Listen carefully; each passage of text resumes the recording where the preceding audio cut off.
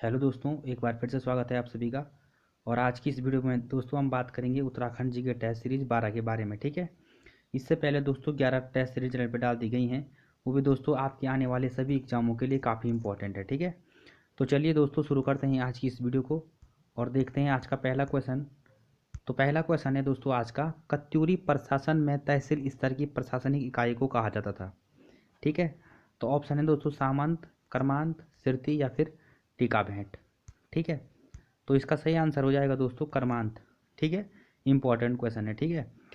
और यहाँ पे अगर टीका भेंट की बात की जाए दोस्तों, तो दोस्तों ये गोरखाकार में शुभ अवसरों यानी कि शादी विवाह के टाइम पे लिया जाने वाला कर था। ठीक है। कौन सा? टीका भेंट। ठीक है।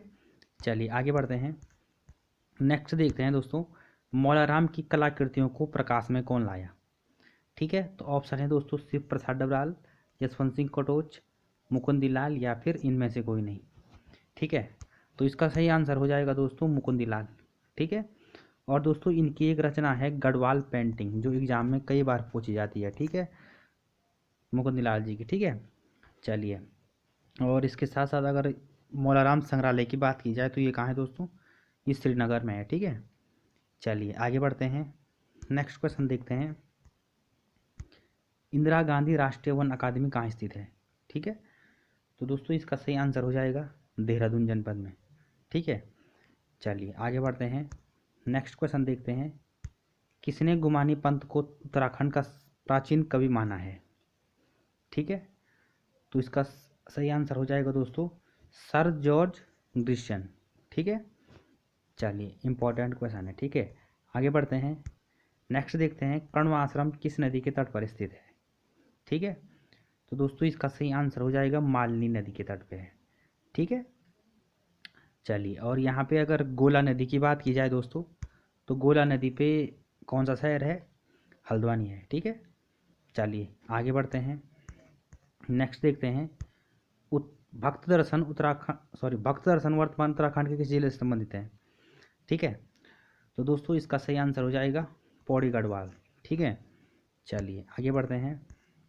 नेक्स्ट क्वेश्चन है, किस धार्मिक यात्रा की शुरुआत गौरीकुंड से पैदल प्रारंभ होती है। ठीक है। तो दोस्तों अगर आपको गौरीकुंड के बारे में पता होगा तो आपको इसका आंसर तो आ ही जाएगा। ठीक है। तो गौरीकुंड कहाँ पड़ता है दोस्तों? रुद्रप्रयाग जनपद में। ठीक है। और रुद्रप्रयाग मंदिर जनपद में कौन सा धाम है दोस्तों? केदारनाथ। ठीक है। चलिए नेक्स्ट क्वेश्चन है, कोटेश्वर डैम किस नदी पर बना है। ठीक है। तो इसका सही आंसर हो जाएगा दोस्तों भागीरथी नदी पे बना है। ठीक है। कोटेश्वर बांध किस नदी पे बना है? भागीरथी नदी पे बना है। ठीक है। चलिए आगे बढ़ते हैं। नेक्स्ट देखते हैं दोस्तों, उत्तराखंड की सर्वाधिक लंबाई वाली नदी कौन है। ठीक है। तो इसका सही आंसर हो जाएगा दोस्तों काली नदी है। ठीक है। चलिए आगे बढ़ते हैं।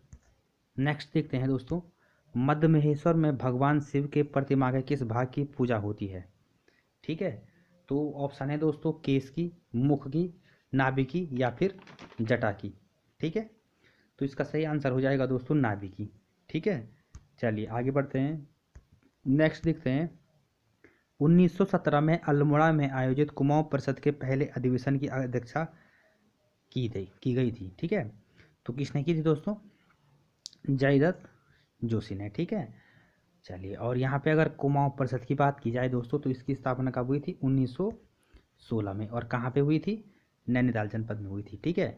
और 1900 इसके जो कुमाऊं परिषद है दोस्तों, इसके 6 अधिवेशन हुए हैं।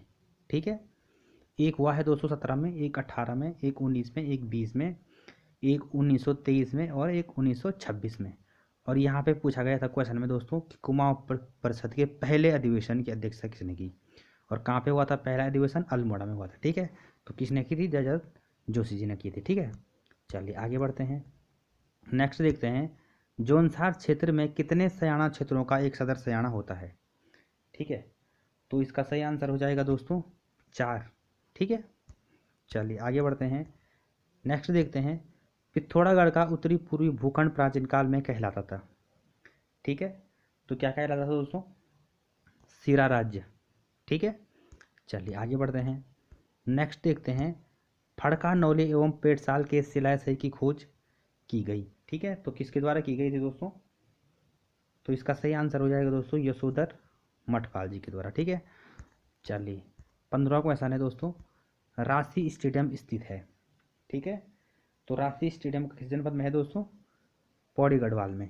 ठीक है, चलिए आगे बढ़ते हैं। नेक्स्ट है जागेश्वर धाम किस नदी के किनारे स्थित है?